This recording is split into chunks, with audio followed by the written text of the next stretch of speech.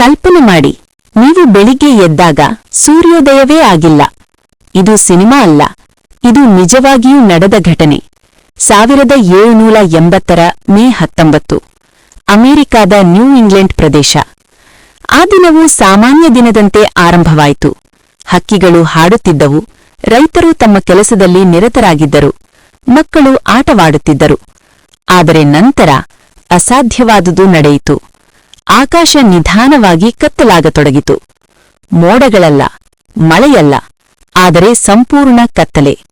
ಮಧ್ಯಾಹ್ನಕ್ಕೆ ಮಧ್ಯರಾತ್ರಿಯಂತೆ ಕಾಣಿಸಿತು. ಹಗಲಲ್ಲೇ ನಕ್ಷತ್ರಗಳು ಕಾಣಿಸಿಕೊಂಡವು. ಸೂರ್ಯ ಅಸ್ತಿತ್ವವನ್ನೇ ಕಳೆದುಕೊಂಡಂತೆ ತೋಚಿತು. ಹಕ್ಕಿಗಳು ಹಾಡುವುದನ್ನು ನಿಲ್ಲಿಸಿದವು. ಅವು ಮರಳಿ ಗೂಡಿಗೆ ಹಾರಿದವು. ಪ್ರಕೃತಿಯೇ ಗೊಂದಲಕ್ಕೊಳಗಾಯಿತು. ಜನರು ಮಧ್ಯಾಹ್ನದಲ್ಲೇ ದೀಪ ಹಚ್ಚಿದರು. ಕುಟುಂಬಗಳು ಭಯದಿಂದ ಒಂದಾಗಿ ಸೇರಿದರು. ಬಹುಮಂದಿ ಇದು ಪ್ರಳಯದ ದಿನ ಎಂದು ನಂಬಿದರು. ಚರ್ಚುಗಳು ಕ್ಷಣಾರ್ಧದಲ್ಲಿ ತುಂಬಿದವು.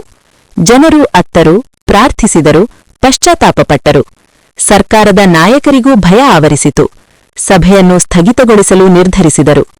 ಆ ಕ್ಷಣದಲ್ಲಿ ಒಬ್ಬ ವ್ಯಕ್ತಿ ಎದ್ದು ನಿಂತನು. ಇದು ನ್ಯಾಯದ ದಿನವೇ ಆಗಿದ್ದರೆ ನಾನು ನನ್ನ ಕರ್ತವ್ಯ ಮಾಡುತ್ತಲೇ ಇರಬೇಕು.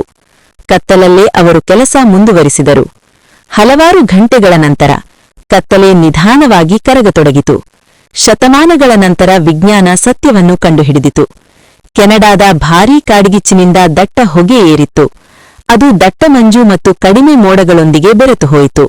ಸೂರ್ಯನ ಬೆಳಕನ್ನು ಸಂಪೂರ್ಣವಾಗಿ ಮುಚ್ಚಿಬಿಟ್ಟಿತು. ಗ್ರಹಣವಲ್ಲ, ಚಂಡಮಾರುತವಲ್ಲ, ಇದು ಪ್ರಕೃತಿಯ ಅತಿರೇಕ. ಈ ಘಟನೆಯನ್ನು ರೈತರು ದಾಖಲಿಸಿದರು, ವಿಜ್ಞಾನಿಗಳು ದಾಖಲಿಸಿದರು, ಚರ್ಚುಗಳು ಮತ್ತು ಸರ್ಕಾರಗಳು ದಾಖಲಿಸಿದವು. ಆ ದಿನ ಭಯ ಜಗತ್ತನ್ನು ಆವರಿಸಿತ್ತು, ಆದರೆ ಕರ್ತವ್ಯ ಅಂಧವಾಗಲಿಲ್ಲ. 1780 ಕತ್ತಲ ದಿನ. ಸೂರ್ಯವಿಲ್ಲದಿದ್ದರೂ ಮಾನವತೆ ನಿಂತುಕೊಂಡ ದಿನ.